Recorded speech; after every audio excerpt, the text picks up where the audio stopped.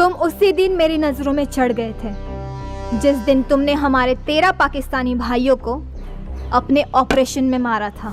उस नामाकुल मेजर वीर ने हमारे 13 पाकिस्तानी भाइयों को मारा है, अल्लाह कसम। अब उसी के सपोर्ट से बम ब्लास्ट करके 13,000 हिंदुस्तानियों को मारेंगे। हिंदुस्तानी खुफिया बहुत एक्टिव है, विस्फोटक ले जाना नामुमकिन है। RDX भी जाएगा और ब्लास्ट भी होगा। मैंने सब प्लान कर लिया है और मैंने तुम्हें अपने प्यार के जाल में फंसा के निकाह तक ला दिया। और यही बात जब मैं अपने बॉस को सुना रही थी तो हमारे मकान मालिक और मालकिन ने सुन ली। बेचारे खामोखा मेरे हाथों मारे गए। आतंकवादी हमारे देश में ब्लास्ट करना चाहती हो? वो तुम्हें नहीं छोड़ेंगे। अभी पुलिस वालों को इन्फॉर्म करते हैं हम।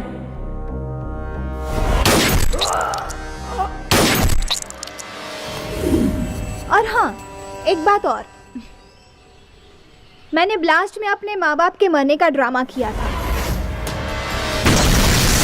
ये सब तो मेरे प्लान में शामिल था, लेकिन बालिका गृह पहुंचना ये एक इत्तेफाक था। लेकिन मेरे इरादे इतने मजबूत थे कि खुदा ने भी मेरी मदद की और मुझे तुमसे मिला दिया। और गिलानी के पास जाना भी मेरे ही प्लान का हिस्सा था।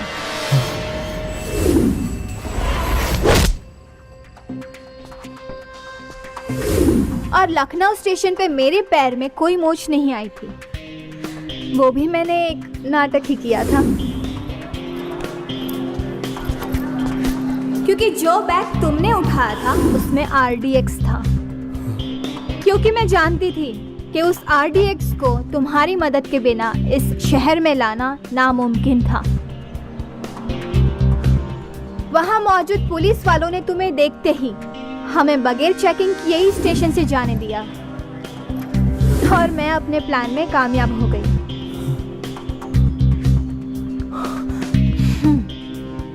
कल ठीक 12 बजे तुम्हारा हिंदुस्तान दहल जाएगा।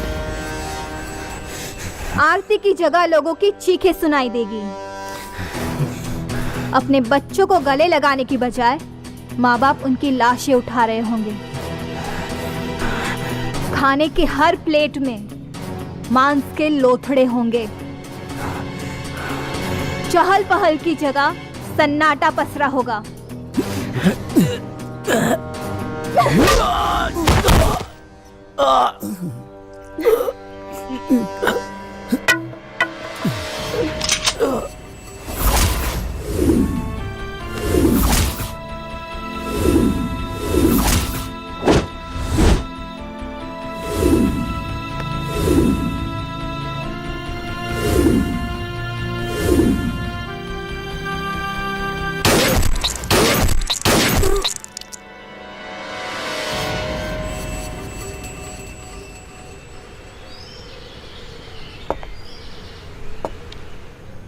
उसे जहन्नुम पहुंचा दिया?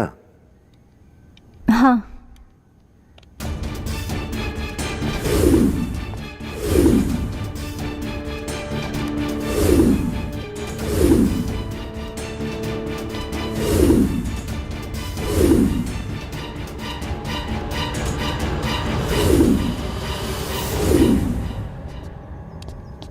अस्सलाम वालेकुम। वालेकुम अस्सलाम। भाइयों, अब वो वक्त आ गया है कि हम अपने भाइयों की शहादत का बदला इन हिंदुस्तानियों से ले सकें। और इस नेक काम में अगर आपकी जान भी चली गई तो आपको जन्नत मिलेगी। कल ठीक 12 बजे सभी जगहों पर ब्लास्ट होगा और जब तक यह खबर पूरे हिंदुस्तान में फैलेगी आप लोग मुल्क छोड़कर नेपाल में दाखिल हो चुके होंगे और फिर नेपाल के रास्ते वतन वापसी लौटने की जिम्मेदारी शब्बीर संभाल लेगा। और याद रहे, हमें सिर्फ कामयाबी चाहिए, क्योंकि नाकामयाबी का मतलब सिर्फ और सिर्फ मौत होगी। खुदा हाफिज। खुदा हाफिज।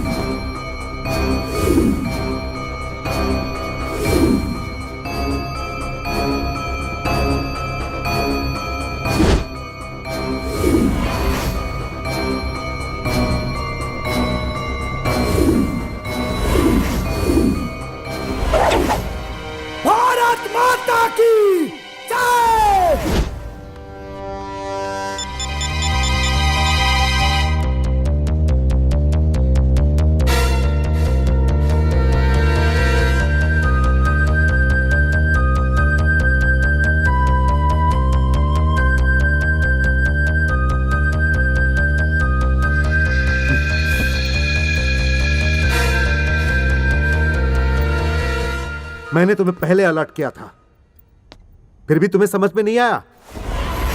हमारे फौज के लिए कितनी शर्म की बात है कि एक इंडियन कमांडो को एक पाकिस्तानी लड़की ने मार देती। सर, मात मोहब्बत में मिली है, लेकिन मेरी मर्दानगी उस पाकिस्तानी लड़की को उम्र भर याद रहेगी। इडियट! अगर ये बात मीडिया में आ गई तो तुम्हारे खिलाफ इंक्वायरी बैठ जाएगी और उन दोगलों को पकड़ना मुश्किल हो जाएगा। लेकिन मैं अपनी बहादुरी पे लगे हुए दाग को धोना चाहता हूं। मामला हमारे देश की सुरक्षा का है, हजारों लोगों की जान का है, और समय है सिर्फ 24 घंटा। कैसे रोकोगे ये तुम्हें डिसाइड करना है। मैं तुम्हें पूरा सपोर्ट दूंगा। सर, उन दोगलों को हमेशा हमने मात दी है और इस बार भी देंगे। जय हिंद सर।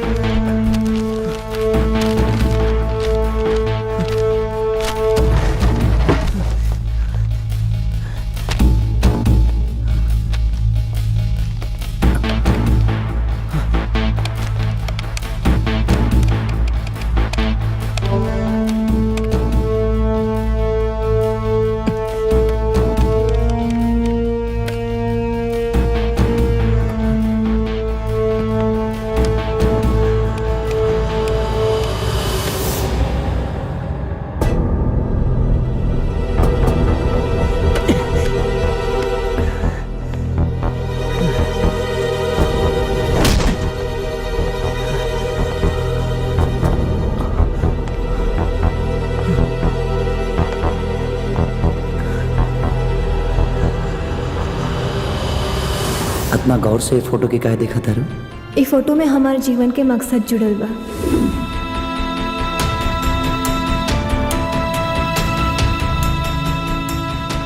आरती की जगह लोगों की चीखें सुनाई देगी।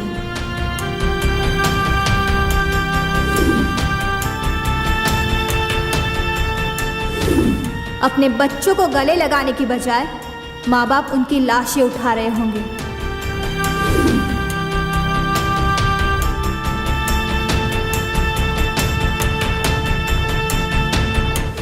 खाने की हर प्लेट में मांस के लोथड़े होंगे।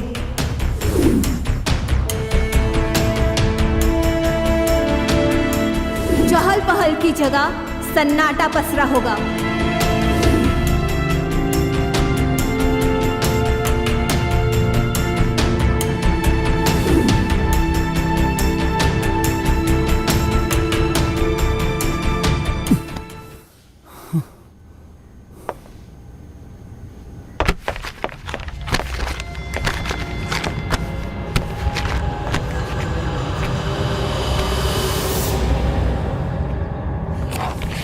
आरती मतलब मंदिर, school, shopping mall, restaurant.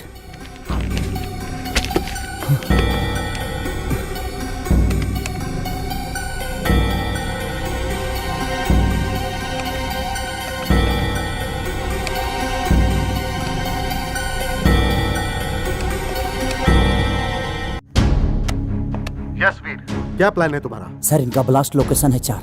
Chandrika Devi temple, Annapurna restaurant, city school और सिंगापुर मॉल।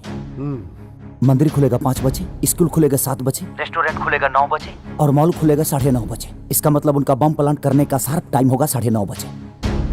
लखनऊ से सबसे करीब नेपाल बॉर्डर है नानपड़ा, जिसकी ड्राइविंग दूरी है 162 किलोमीटर और उसको क्रॉस करने में 80 किलोमीटर प्रति घंटा के हिसाब से 2 घंटा 10 मिनट लगेगा। मतलब कि 9:30 बजे वो लोग बम प्लांट करेंगे और नेपाल बॉर्डर क्रॉस करने में 2 घंटा 10 मिनट लगेगा, यानी 11:40।